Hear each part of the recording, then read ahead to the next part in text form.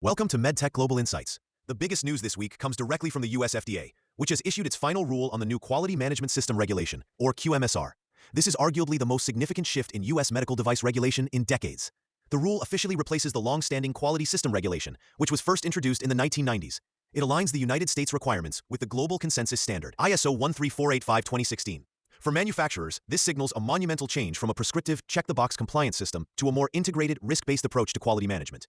The core observation is that this is not merely a document update. It is a philosophical evolution. The old system was rigid. The new QMSR framework demands that companies embed risk management into every aspect of the product lifecycle. From design and development to post-market activities, it pushes manufacturers to think holistically about quality rather than simply fulfilling a list of procedural requirements.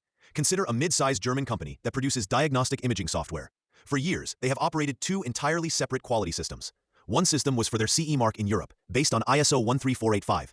And another, more rigid system, was just for their 510(k) clearance in the United States. This meant running duplicate management reviews, separate internal audits, and managing two sets of standard operating procedures, which is a significant drain on resources.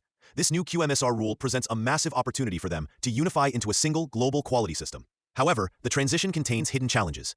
Companies already certified to ISO 13485 cannot assume they are automatically compliant with the new QMSR.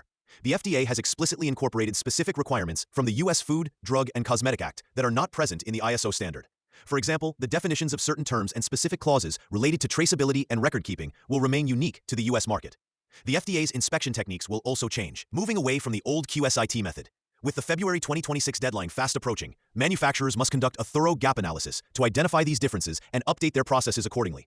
Understanding these nuances is critical for maintaining market access in the United States. For expert guidance on navigating the transition to the new QMSR or streamlining your global regulatory strategy, please email us at info@pureglobal.com or visit our website at pureglobal.